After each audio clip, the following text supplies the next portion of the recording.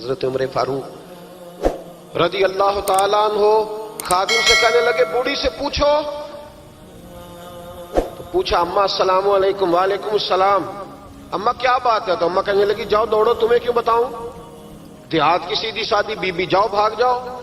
کہا نہیں اماں مہربانی کرو اندر تو آنے دو. بڑی منت کے بعد اماں مانی. عمر فاروق عام آدمی نہیں جس سے دنیا کامتی ہے. حضرت عمر اندر گئے. اماں کیوں پریشان ہو؟ تو اماں کہنے لگی تمہیں کیوں بتاؤں، میرا اپنا دکھ ہے. چل اماں بتا دے، تیری مہربانی. اماں کہنے لگی میں ایک بیوہ ہوں، بے اولاد ہوں، کوئی میرا سہارا نہیں. مجھے عمر فاروق سے بڑی شکایت ہے. میرے اوپر 25 دینار کا قرضہ چڑھ گیا ہے اور 3 دن ہو گئے میں نے روٹی نہیں کھائی، اور عمر نے میری خبر نہیں لی.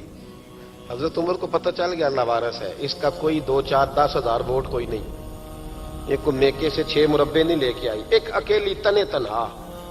اور بھائی جب اللہ کا خوف ہوتا ہے تو پھر انسان ان غریبوں کو بھی مناتا ہے. پھر ریڑھی والے کی بھی اہمیت بڑھ جاتی ہے، پھر رکشے والے کی قدر بھی بڑھ جاتی ہے. حضرت عمر فاروق رضی اللہ تعالیٰ عنہ کہنے لگے اماں عمر سے شکوہ ہے؟ کہاں؟ جناب عمر کہتے ہیں میں نے ایک جملہ کہا تو اماں نے تو مجھے لاجواب کر دیا. میں نے کہا اماں عمر کو کیا پتا کہ تو بھوکی ہے اور مقروض ہے، اسے کیا خبر؟ تو اماں کہنے لگی کیا کہا تم نے؟ عمر کو خبر نہیں، اسے پتا نہیں؟ تو عمر سے کہو نا چھوڑ دے حکومت، اس کے حوالے کرے جو خبر رکھ سکتا ہے. کیوں بیٹھا ہے پھر؟ ہمارے حکمران کہتے ہیں ابھی میں صدمے میں ہوں، نکلوں گا تو بات کروں گا. نہ ادھر ادھر کی تو بات کر، یہ بتا کہ قافلہ کیوں لٹا. مجھے رہزنوں سے غرض نہیں، تیری رہبری کا سوال ہے. ہاں تجھے جواب دینا پڑے گا. حضرت سیدنا عمر فاروق رضی اللہ تعالیٰ عنہ سے اماں کہنے لگی نہیں خبر رکھ سکتا تو حکومت کیوں کرتا ہے، چھوڑتا کیوں نہیں؟ تو حضرت عمر کہتے ہیں میں کانپنے لگا. دوڑے گئے جناب عمر. میں نے کہا اس اماں کا 6000 ووٹ نہیں کہ اس کی قدر کی جائے.